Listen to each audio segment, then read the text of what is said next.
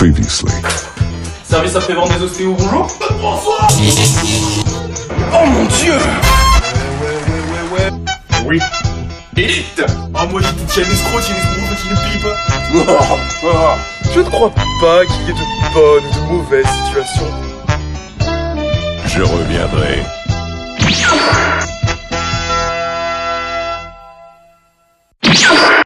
Ça, c'est fait. Yo, c'est Monsieur l'ostéo, on se retrouve pour le premier numéro d'un nouveau concept, Trust. Dans ce format court, on s'efforcera d'expliquer certains aspects de l'ostéopathie, tordre le cou aux idées reçues, mais aussi faire un petit peu de vulgarisation, tout simplement. Et aujourd'hui, nous allons répondre à une question que vous êtes peut-être déjà posée.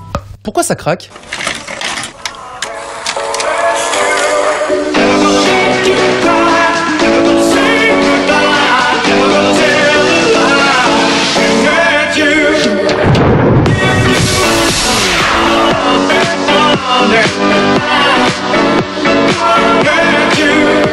On entend souvent tout et n'importe quoi à propos du crack que produisent nos articulations. Cause d'arthrose, microfractures, tous ces préjugés causent pas mal d'appréhension chez nombre d'entre nous.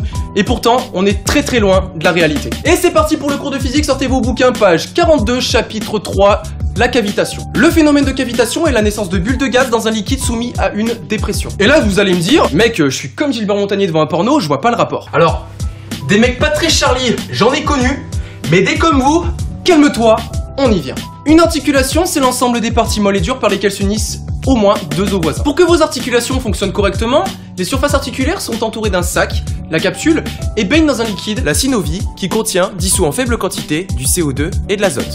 Au cours de la manipulation, l'articulation se décomprime, les gaz s'agglomèrent sous forme d'une bulle, qui finit par imploser sous l'effet de la dépression et produit ce bruit si caractéristique, le crack. C'est le même phénomène que lorsque tu ouvres ta bouteille de coca et que tu vois les bulles apparaître. Et pour le bruit, c'est plus ou moins le même phénomène que lorsqu'on arrache une ventouse.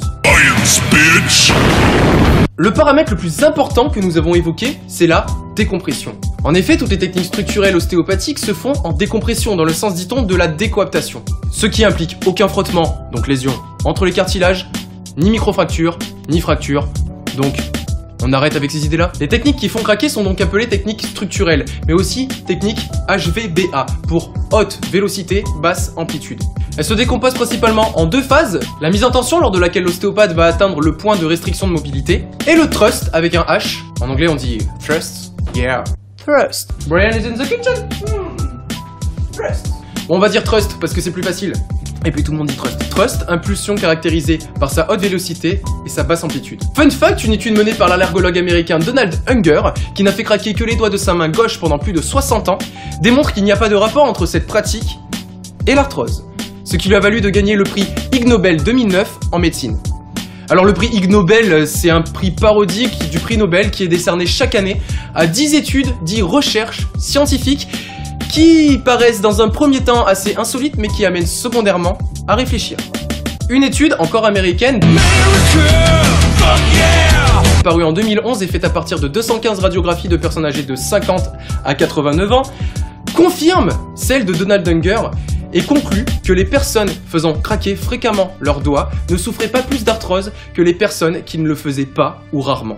J'espère que ce premier numéro de Trust vous aura plu, appris des choses, rassuré pour ceux qui ont peur des ostéopathes et des techniques qui font craquer. N'hésitez pas à poser vos questions, vos avis, vos idées en commentaire, likez, partagez, abonnez-vous à la chaîne.